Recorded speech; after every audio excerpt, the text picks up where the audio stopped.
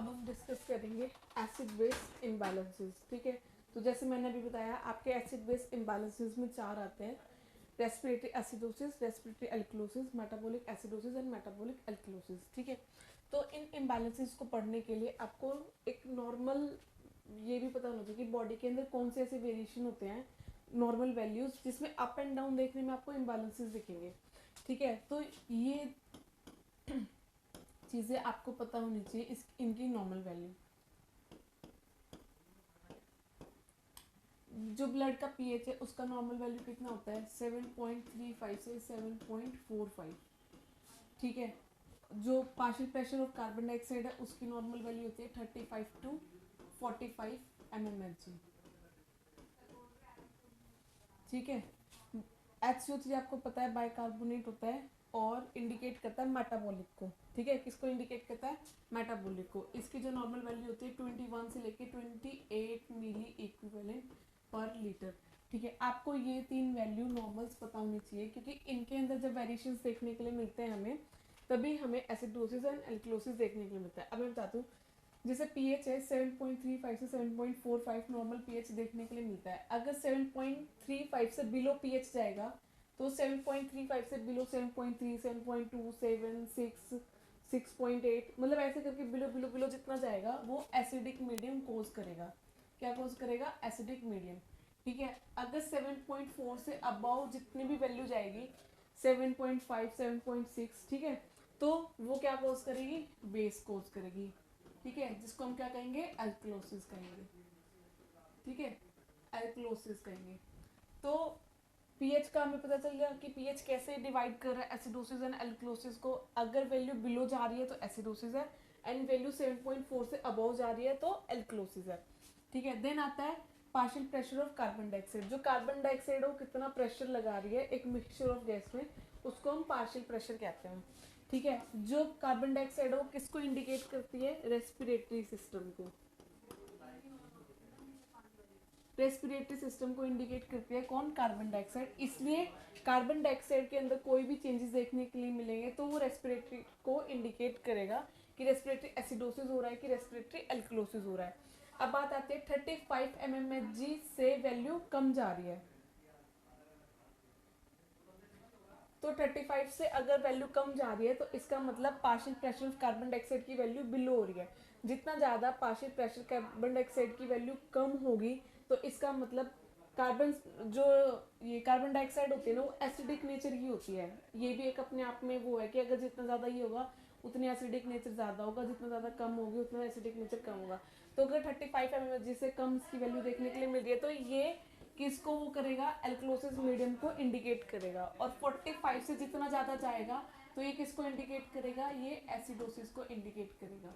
ठीक है, क्योंकि 45 mmHg से ज़्यादा होने का मतलब कार्बन डाइऑक्साइड का अमाउंट ज़्यादा होना। ठीक है, जितना ज़्यादा होगा उतना क्या कॉज करेगा? एसिडोसिस को कॉज करेगा। जितना कम होगा उसको क्या कॉज करेगा? एल्कलोसिस को कॉज करेगा। फिर इसके बाद आता है बाइकार्बोनेट। जो बाइकार्बोनेट है वो किसको इंडिकेट करता है? मेटाबॉलिक को इंडिकेट करता है। मेटाबॉलिक को इंडिकेट करता है। ठीक है, मेटाबॉलिक को इंडिकेट करेगा तो इसकी नॉर्मल वैल्यू कितनी थी? 21 से 28 मिली इक्विवेलेंट।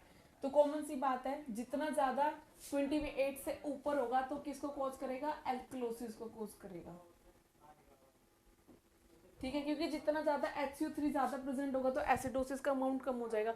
जितना ज्यादा HCO3 अबव जाएगा उतना ज्यादा क्या कॉज करा? एल्कलोसिस। और जितना ये कम है तो इसका मतलब रेशियो डिस्टर्ब हो जाएगा। 20:1 का रेशियो में पढ़ा है ना, 1:20 या 20, जिस जो भी आप पहले वो कर रहे हो उसके अकॉर्डिंग रेशियो याद कर लो। ठीक है, तो अगर वो रेशियो डिस्टर्ब हो जाएगा, HCO3 का अमाउंट अगर कम हो रहा है तो आपको जो एसिडोसिस का अमाउंट ज़्यादा देखने के लिए मिलेगा। इसलिए इसका अमाउंट कम हो गया तो क्या देखने के लिए मिलेगा? एसिडोसिस। और यही चीज़ें आपको जो डिवाइड करती है किसमें? रेस्पिरेटरी में और मेटाबॉलिक में। ठीक है, जब मैं रेस्पिरेटरी की बात कर रही हूँ तो हम किन दो चीज़ों को देखेंगे? पीएच को और partial pressure of carbon dioxide को। और जब मैं मेटाबॉलिक की बात कर रही हूँ तो हम किसकी बात करेंगे? पीएच की और HCO3 की। ठीक है, ये समझ में आया कि जब मैं रेस्पिरेटरी की बात कर रही हूँ, जब मैं रेस्पिरेटरी की बात कर रही हूँ तो हम किसको देखेंगे, पीएच वैल्यू को, और किसको देखेंगे, partial pressure of carbon dioxide को। और जब मेटाबॉलिक की बात करती हूँ तो हम किसको देखते हैं, मेटाबॉलिक में हम देखते हैं पीएच को एंड HCO3 की वैल्यू को। ठीक है, तो इसमें हम दोनों में पीएच तो देखेंगे ही देखेंगे कॉमन, क्योंकि पीएच हमें क्या हेल्प करता है ये बताने के लिए एसिड है कि बेस। कार्बन डाइऑक्साइड में ऑल्ट्रेशन देखने के लिए मिल रहा है तो रेस्पिरेटरी का पता चलेगा, और मेटाबॉलिक में ऑल्ट्रेशन देखने के लिए मिल रही है तो किसका पता चलेगा हमें, इसका मेटाबॉलिक का पता चलेगा, बाइकार्बोनेट में अगर डिस्टर्बेंस देखने के लिए मिले। तो ये तो हो गया हमारा थोड़ा सा बेस, जो मैंने आपको बताया कि ये वैल्यूज हमें पता होनी चाहिए। ठीक है, और ये वैल्यूज हमें डिवाइड करती है किस चीज़ में, रेस्पिरेटरी और मेटाबॉलिक में। ठीक है, अब हम डिस्कस स्टार्ट करते हैं। सबसे पहले रेस्पिरेटरी।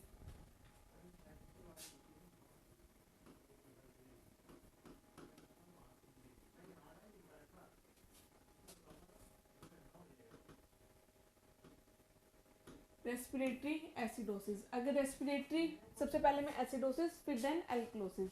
अभी रेस्पिरेटरी एसिडोसिस है तो बताओ पीएच क्या देखने के लिए मिलेगा, पीएच हमें कम देखने के लिए मिलेगा, किससे, 7.35 से, क्योंकि जितना ज़्यादा जीरो की तरफ जाएगा उतना ज़्यादा एसिडिक मीडियम देखने के लिए मिलेगा।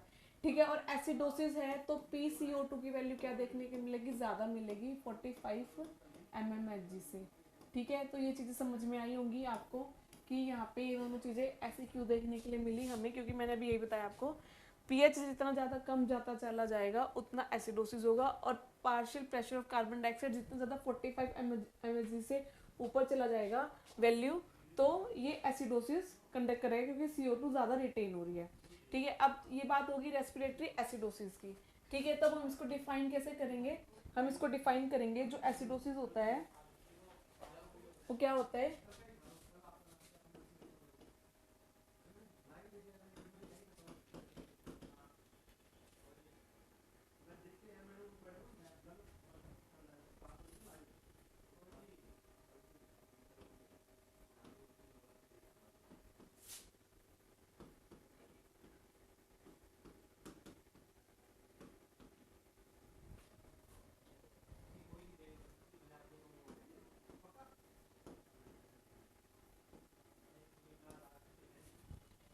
रेस्पिरेटरी एसिडोसिस क्या डिफाइन करता है कि इंक्रीज होना है H प्लस आयन का, कोज किया जाता है किसकी वजह से, एल्वियोलर हाइपोवेंटिलेशन।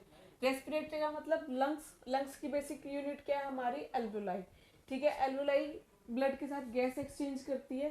ठीक है, जो हम ब्रीथ इन किया, गैस एक्सचेंज किया, ठीक है, वहां पर अगर हाइपोवेंटिलेशन हो रहा है, मतलब गैस एक्सचेंजेस बहुत स्लो उसमें हो रही है, प्रॉपर उसमें नहीं हो पा रही, तो क्या होगा, हमारा ज़्यादा से ज़्यादा जो कार्बन डाइऑक्साइड है वो वहां पर रिटेन करने लग जाता है। ठीक है, कार्बन डाइऑक्साइड वहां पे बहुत देर के लिए ठहर रहा है, जिसकी वजह से क्या होगा, अब फिर बारी आती है किसकी, हमें, मैंने बोला था कि वो रिएक्शन अगर याद रखोगे तो ये पूरा टॉपिक आपको ऐसे स्मूथली समझ में आ जाएगा। तो यहाँ पे बनेगा हमारा क्या, H2CO3। ठीक है, अगर कार्बन डाइऑक्साइड ज़्यादा होगी बॉडी के अंदर देखने के लिए मिलेगी, ज़्यादा से ज़्यादा वाटर के साथ बाइंड करेगी, और H2CO3 ज़्यादा बनेगा बॉडी के अंदर, जो क्या कॉज करेगा, रेस्पिरेटरी एसिडोसिस। अब बात आती है कि वो कंडीशन जो, मतलब कि ऐसी कौन कौन सी कंडीशन है जो हाइपोवेंटिलेशन अराइज करती हैं। तो ऐसे कोई भी कंडीशन रेस्पिरेटरी की जो हाइपोवेंटिलेशन कोज करे, COPD, एटेलेक्टेसिस, अस्थमा, निमोनिया, कोई भी XYZ प्रॉब्लम जो आपका कोज क्या कर रहा है कि जो रेस्पिरेशन रेट और डेप्थ वो आपका स्लो हो गया है, और जिसकी वजह से जो कार्बन डाइऑक्साइड वहाँ पे ट्रैप हो रही है, वहाँ पे काफ़ी देर तक रुक रही है, हाइड्रो उसके वाटर के साथ बाइंड होकर H2CO3 बना रही है। ठीक है, तो इसमें कौन कौन से इसके एग्जाम्पल हैं,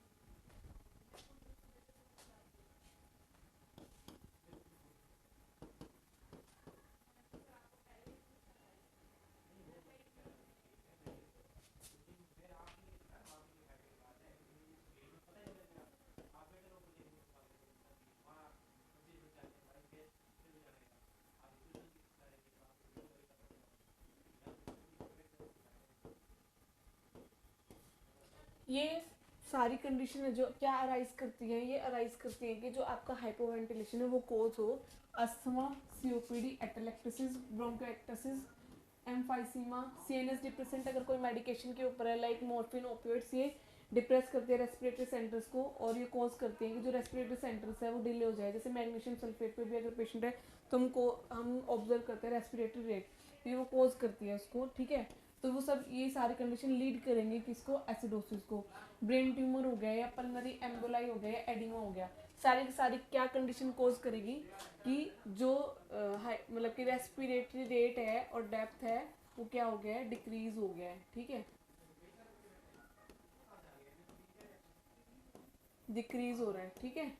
जिसकी वजह से क्या हो रहा है, जो कार्बन डाइऑक्साइड है वो बहुत देर के लिए वहीं पर ट्रैप हो गई है और ये कार्बोनिक एसिड ज़्यादा से ज़्यादा बना रही है, ठीक है। तो ये इसके सारे के सारे कोज हैं, ठीक है, क्या है, रेस्पिरेटरी एसिडोसिस के कोज है। अब बात आती है कि क्या क्या साइन एंड सिम्टम आपको देखने के लिए मिलेंगे।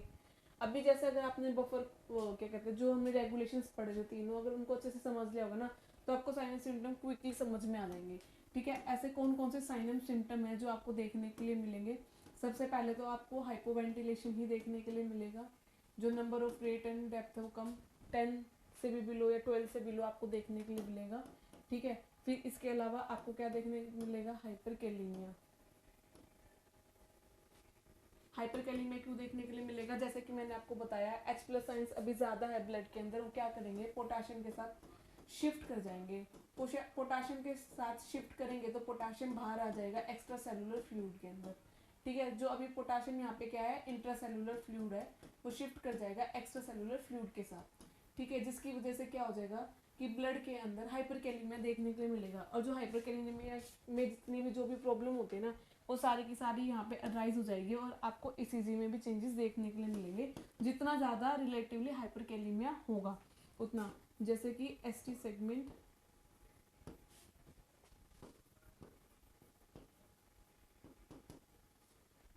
एसटी सेगमेंट डिप्रेशन देखने के लिए मिलेगा, नैरो टी वेव देखने के लिए मिलेगी आपको और शॉर्ट क्यूट इंटरवल देखने के लिए मिलेगा। तो ये सारे चेंजेस आपको ईसीजी में भी देखने के लिए मिलेंगे, ठीक है। तो ये साइन एंड सिम्टम आपको इसमें एसिडोसिस वाले में पेशेंट में देखने के लिए मिलेगा। और इसके अलावा और क्या क्या साइन एंड सिम्टम आपको देखने के लिए मिलेगा पेशेंट के अंदर, ड्राउजीनेस,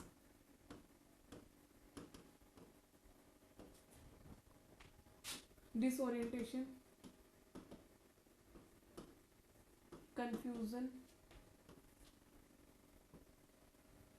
अगर ज़्यादा सीवियरिटी है तो सीजर्स भी आ सकते हैं पेशेंट को, इवन कोमा में भी जा सकता है पेशेंट, ठीक है।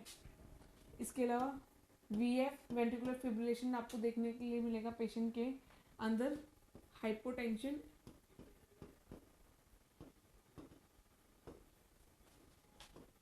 वार्म फ्लश स्किन,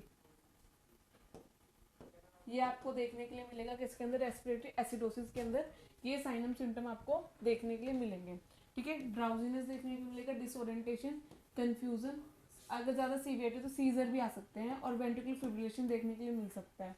हाइपोटेंशन की वजह से वार्म फ्लश स्किन देखने के लिए मिलेगी आपको, ठीक है। हाइपोटेंशन की वजह से क्या देखने के लिए मिलेगी, वार्म फ्लश स्किन, क्योंकि हाइपोटेंशन है, ब्लड का प्रेशर कम है तो जो वेन से ज़्यादातर डायलेट हो जाएंगी, जिसकी वजह से आपको वार्म और फ्लश स्किन देखने के लिए मिलेगी। अब इसमें बारी आती है आपकी कि आप इसको मतलब कि असेस कैसे करोगे।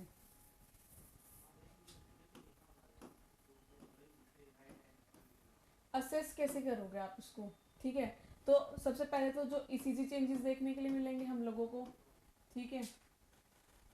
पेशेंट का आप जो हाइपरवेंटिलेशन देख रहे हो वो चीज़ें देखने के लिए मिलेंगी आपको। और आप एक चीज़ और है, एबीजी करते हो, ये बहुत इंपॉर्टेंट है, ठीक है। अपने आप में भी एक टॉपिक है, एसिड बेस गैस एनालिसिस कहते हैं इसको, ठीक है। ये एक ब्लड टेस्ट है, आर्टीरियल ब्लड से सैंपल लिया जाता है इसमें, ठीक है, हिपेरनाइज नीडल्स की हेल्प से, और उस सैंपल को इन्वेस्टिगेशन के लिए भेजा जाता है और जो रीडिंग्स है ना फिर उनको देखते हैं कि क्या रीडिंग्स प्रिडिक्शन हो रही है, कंडीशन अराइज हो रही है, क्योंकि एबीजी ही सबसे मतलब एक्यूरेसी आपको बताता है इसमें कि जो कंडीशन है पेशेंट की अभी राइट नाउ क्या चल रही है। ठीक है, तो एबीजी के बारे में मैं आपको बता देती हूँ। एसिड बेस गैस एनालिसिस, कभी भी पेशेंट के अंदर जो ये क्राइटेरियाज हैं ये देखने के लिए, रेस्पिरेटरी प्रॉब्लम ज़्यादा है, एसिडोसिस एल्कलोसिस कभी भी ज़्यादा देखने को मिलता है, तब हम एबीजी करते हैं। ठीक है, तो इसको करने के लिए क्या करते हैं, क्यों करते हैं एबीजी हम? सबसे पहले तो जो एबीजी है इसमें आर्टीरियल सैंपल लिया जाता है। आर्टीरियल सैंपल का मतलब है यहाँ पे आर्टरी से सैंपल लिया जाता है। ठीक है, वेन को यूज नहीं किया जाता, आर्टरी से डायरेक्ट ब्लड विड्रॉ किया जाता है। तो जो ज़्यादातर आर्टरी यूज की जाती है वो रेडियल आर्टरी है। वैसे अदर आर्टरीज भी यूज की जाती है, फिमोरल आर्टरी भी यूज की जाती है, लेकिन वो तब यूज की जाती है जब हम एक्सेसिबल नहीं है रेडियल आर्टरी के लिए। और रेडियल आर्टरी में पता है जो थंब के एडजेसेंट यहाँ पर ग्रूव है हमारा रेडियल बोन के ऊपर, ठीक है, ओवर, तो यहाँ पर ये हमारे रेडियल आर्टरी होती है। ठीक है, यहाँ से हम ब्लड सैंपल लेते हैं, हिपेरानाइज नीडल होती है, 90 डिग्री पे उसको इंसर्ट करते हैं पैल्पेट करके आर्टरी को। देन लेकिन उसको करने से पहले हम क्या करते हैं, इसमें एक एलन टेस्ट करते हैं।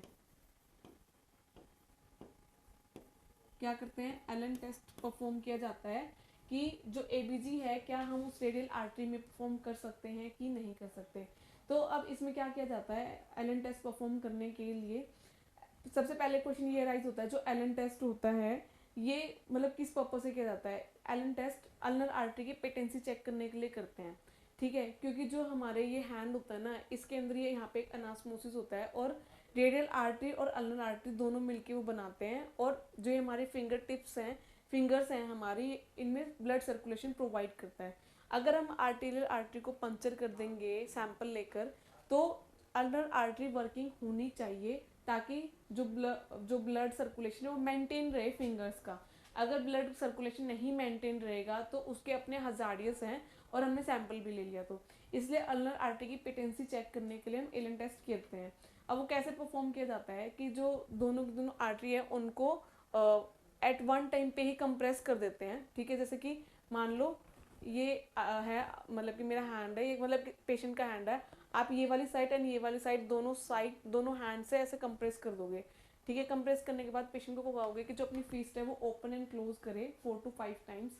ठीक है, और वो करने के बाद फिर आप क्या करोगे, मतलब 4 to 5 टाइम करने के बाद पेशेंट को कहोगे, मतलब पेशेंट को नहीं कहोगे, उसके बाद आप अल्नर आर्टरी से जो प्रेशर है वो रिलीज कर दोगे। अल्नर आर्टरी से प्रेशर अभी रिलीज क्यों करना है, क्योंकि हमने कुछ सेकंड के लिए जो ब्लड फ्लो वो रोक दिया है, तो जो हमारी स्किन होती है ना ये पेल हो जाएगी बिल्कुल। और जब पेल होने के बाद हम क्या देखेंगे कि कितने सेकंड में जो ब्लड है वो वहाँ पे रिटर्न हो गया, और जो स्किन का पिंकनेस है वो रिटर्न हो रहा है। उसी से हमें पता चल जाएगा कि जो वो आर्टरी है उसकी पेटेंसी ठीक है। ठीक है, और वो प्रॉपर वर्किंग कर रही है, और हम रेडियल आर्टरी से ब्लड सैंपल को ले सकते हैं। अगर विद इन 6 to 7 सेकेंड्स में, मतलब इससे पहले ही आ जाता है वैसे तो, खैर जो पिंकनेस है ना रिटर्न आ जाती है, पिंकनेस रिटर्न। ठीक है, पिंकनेस है जो वो रिटर्न हो जाती है विद इन 6 to 2 सेकेंड, मतलब 3-4 सेकेंड में, 2-3 सेकेंड में रिटर्न हो जाती है, पर maximum to maximum 6 to 7 second में अगर वो नहीं रिटर्न होती है तो हम रेडियल आर्टरी से पंचर नहीं करेंगे, क्योंकि यहाँ पर अल्नर आर्टरी की पेटेंसी नहीं है और वो ब्लड सर्कुलेशन को मेंटेन नहीं कर पाएगी। तो आप पेशेंट के जो हैंड है उसको डैमेज कर सकते हो। अगर सर्कुलेशन मेंटेन नहीं हुआ तो बहुत सारे प्रॉब्लम हो सकते हैं, गैंग्रीन भी हो सकता है पेशेंट को।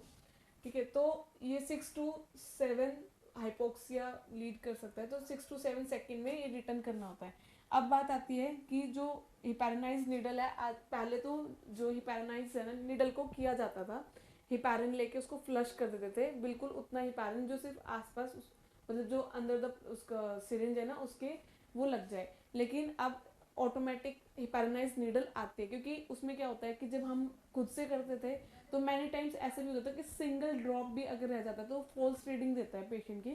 तो अब जो हिपैरानाइज नीडल है वो उसको यूज़ किया जाता है।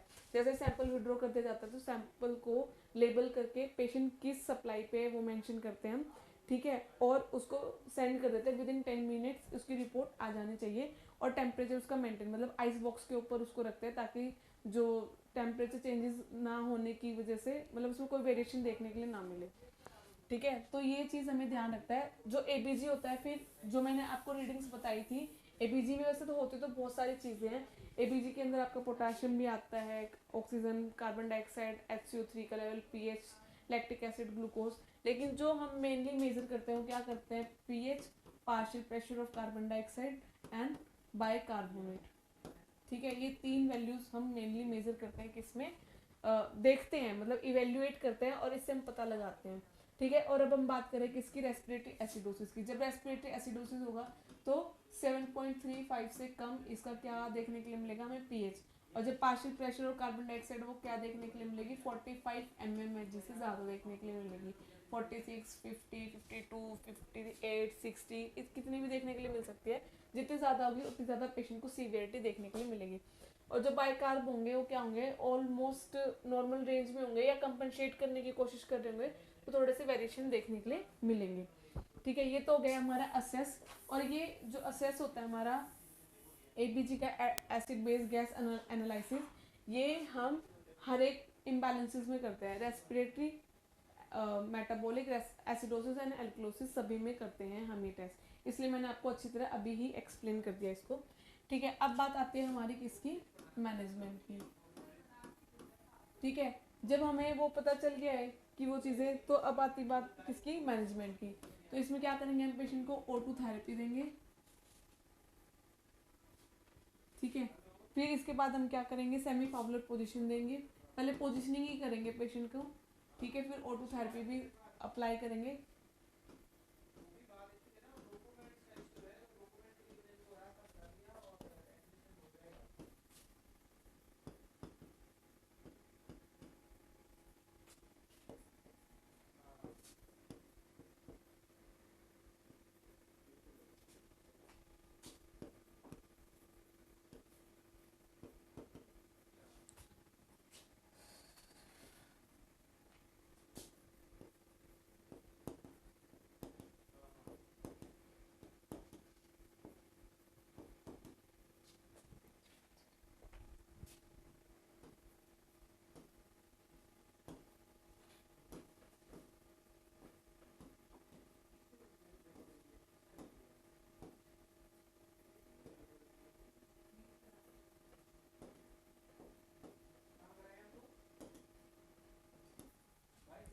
अब आप मैनेजमेंट में क्या करोगे, क्योंकि हमें पता है कि किसी न किसी वजह से जो रेस्पिरेटरी ट्रैक है वो ऑब्स्ट्रक्ट हो रखा है, नैरो हो रखा है, या किसी भी वजह से वहाँ पर हाइपोवेंटिलेशन मेंटेन हो रखा है, जो हमारी कंडीशंस है। तो उसमें हम पेशेंट को पहले सेमी फावुलर पोजीशन प्रोवाइड करेंगे, O2 थेरेपी जितने लीटर पे डॉक्टर ने प्रिस्क्राइब किया होगा उतना। सक्शनिंग करेंगे, हो सकता है कि मतलब जो पेशेंट है उसको म्यूकस एक्सक्रीशन बहुत ज़्यादा आ रहा है, और सक्शनिंग ना होने की वजह से हाइपोवेंटिलेशन और जो कार्बन डाइऑक्साइड वहाँ पे ट्रैप हो रही है, तो हम सक्शनिंग करेंगे पेशेंट की। हाइड्रेशन इंक्रीज करेंगे पेशेंट का, क्योंकि जो म्यूकस होता है, अगर पेशेंट डिहाइड्रेटेड हो तो थिक हो जाता है बहुत ज़्यादा, और वो प्रॉब्लम और ज़्यादा क्रिएट करता है। तो हाइड्रेशन लेवल मेंटेन करेंगे ताकि जो म्यूकस लेवल वो थिन हो जाए, और जब हम ब्रीथिंग एंड कफिंग एक्सरसाइज कराते हैं तो एक्सपेक्टोरेट भी हो जाए ईजिली। ठीक है, थिन म्यूकस जल्दी अपर मूव करके अपर रेस्पिरेटरी ट्रैक में, और फिर जल्दी एक्सपेक्टोरेट भी जल्दी हो जाता है। ठीक है, एंटीबायोटिक इन्फेक्शन देंगे अगर किसी इन्फेक्शन की वजह से कोई प्रॉब्लम या हेल्थ डिजीज कोज हो रही है तो। और इंकरेज करेंगे डीप ब्रीथिंग एक्सरसाइज को और कफिंग एक्सरसाइज को। ठीक है, ये हमारा मैनेजमेंट क्या रहेगा किसका, रेस्पिरेटरी एसिडोसिस का। तो आपको रेस्पिरेटरी एसिडोसिस समझ में आया होगा कि रेस्पिरेटरी एसिडोसिस किसको कह रहे हैं यहाँ पे। अब बात आती है किसकी, रेस्पिरेटरी एल्कलोसिस की।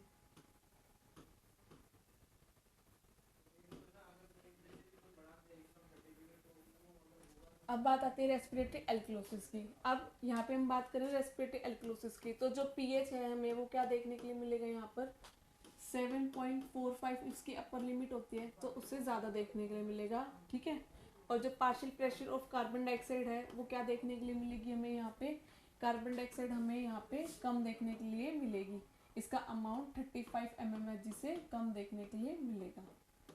ठीक है, क्योंकि यहाँ पे क्या हो रहा है, यहाँ पे एल्कलोसिस हो रहा है। ठीक है, यहाँ पे जैसे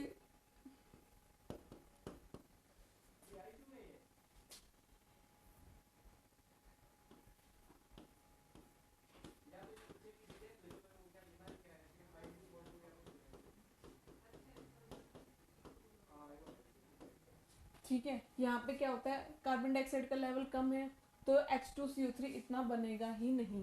ठीक है, जिसकी वजह से एल्कलोसिस देखने के लिए मिलेगा रेस्पिरेशन में। ठीक है, CO2 का लेवल कम है तो कंबाइंड होगा H2O के साथ, कंबाइंड होगा तो क्या करेगा, H2CO3 कम देखने के लिए हमें मिलेगा। ठीक है, अब बात आती है हमारी नेक्स्ट की ये होता किस वजह से है। जैसे कि हमने देखा था कि जो रेस्पिरेटरी एसिडोसिस था वो हाइपोवेंटिलेशन, एल्यूलर हाइपोवेंटिलेशन की वजह से कोज हो रहा था, H+ आयंस रिटेन कर रहे थे। तो सेम रेस्पिरेटरी एल्कलोसिस में क्या होता है कि H+ आयंस रिटेन नहीं करते हैं और हाइपर वेंटिलेशन देखने के लिए हमें मिलता है। ठीक है,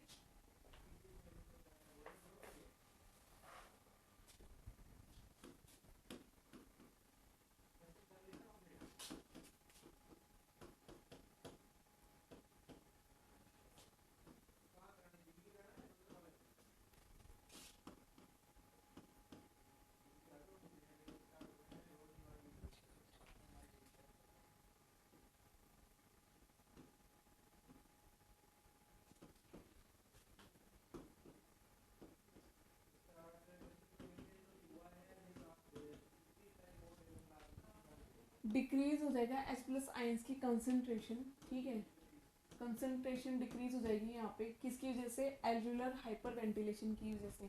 ठीक है, जो एल्वुलाई का हाइपर वेंटिलेशन, हाइपर वेंटिलेशन में क्या होता है, जो रेस्पिरेटरी रेट होता है वो हमारा रेट एंड डेप्थ इंक्रीज हो जाता है।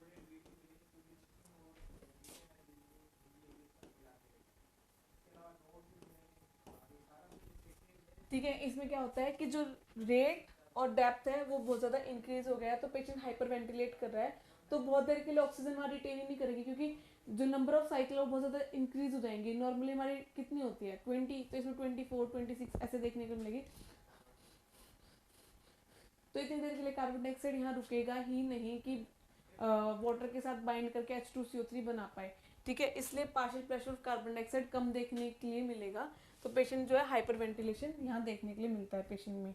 ठीक है, इसमें कॉजेज क्या क्या होंगे पेशेंट के,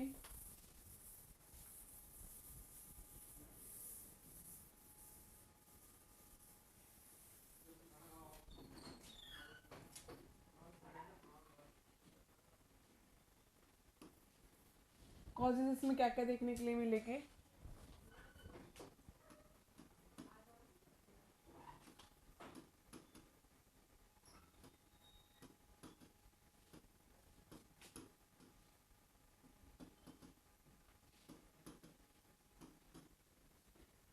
ओवर स्टिमुलेशन होना किसी भी वजह से रेस्पिरेटरी सेंटर का। ठीक है, तो किन किन उसमें होता है,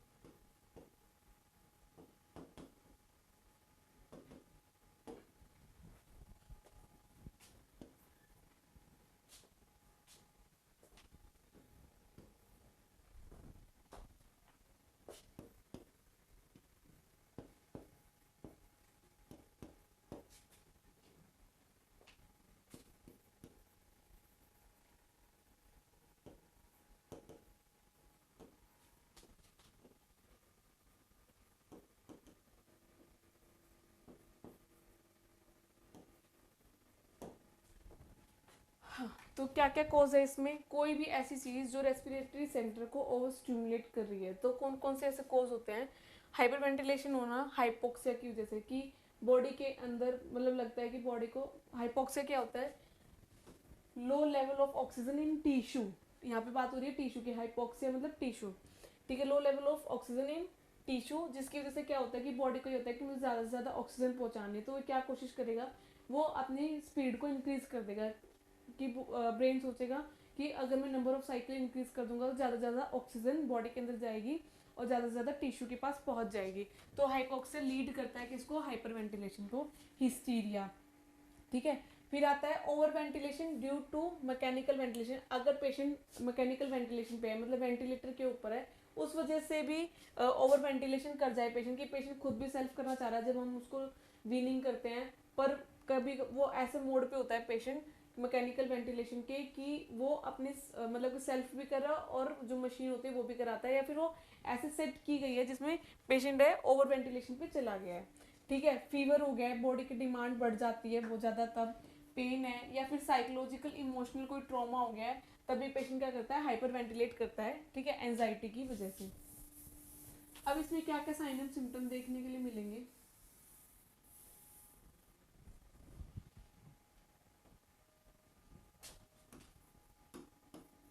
इसमें जो साइन एंड सिम्टम देखने के लिए मिलेंगे, सबसे पहले क्या देखने के लिए मिलेगा, हाइपर वेंटिलेशन।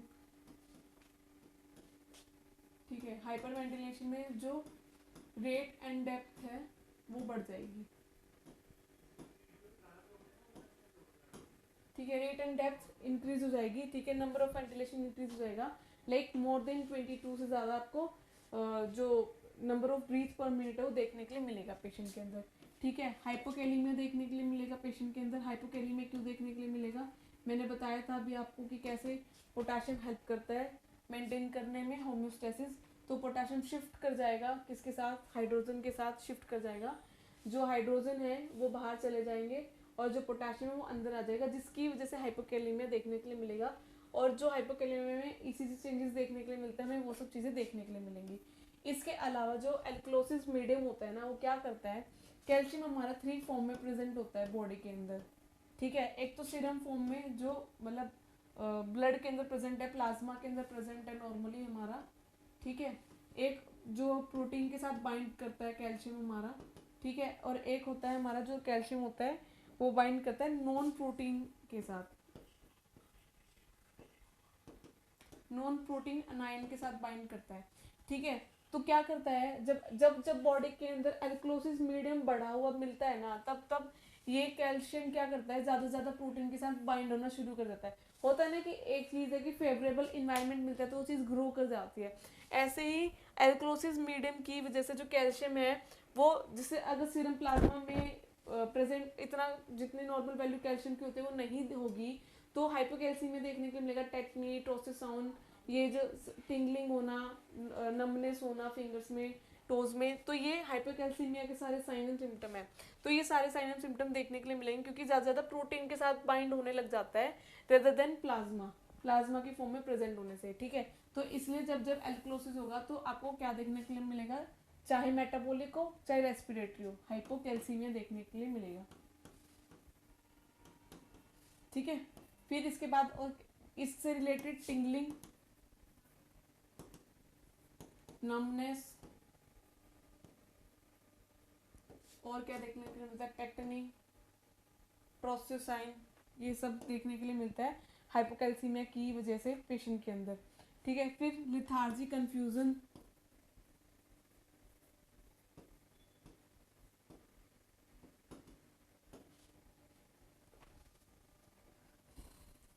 ट्रेकीकार्डिया,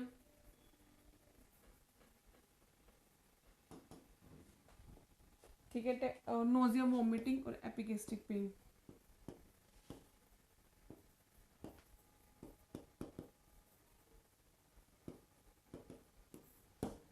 ठीक है, तो ये सारी प्रॉब्लम्स देखने के लिए मिलती है किसमें, रेस्पिरेटरी एल्कलोसिस में आपको ये सारी प्रॉब्लम देखने के लिए मिलेगी।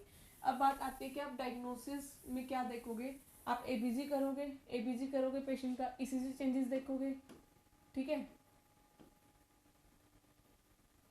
ईसीजी चेंजेस में आपको हाइपोकैलिमिया वाले चेंजेस देखने के लिए मिलेंगे। ठीक है, फिर उसके बाद आप क्या करोगे, उसके बाद आप क्या ब्लड वैल्यूज देखोगे, ब्लड वैल्यूज में आपको हाइपोकैल्सीमिया और हाइपोकैलिमिया देखने के लिए मिलेगा।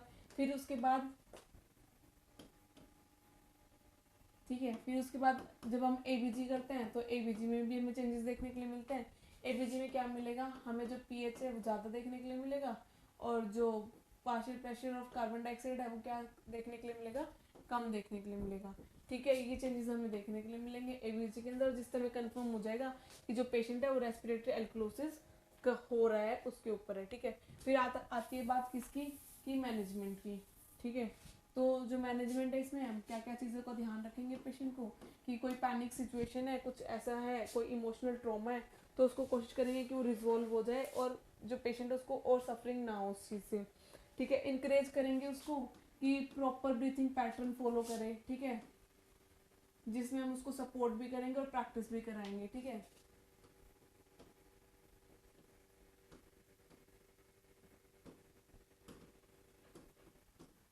पेशेंट अगर वेंटिलेटर पे है तो अगर ऐसा हो रहा है कि वो पेशेंट हाइपर वेंटिलेट कर रहा है, नंबर ऑफ ब्रीथ बहुत ज़्यादा आ रही है, तो हम देखेंगे कि क्या सिनेरियो पेशेंट के साथ और उस सिचुएशन को टैकल करेंगे, ठीक है। फिर उसके बाद voluntary holding of breath patient को सिखाएंगे,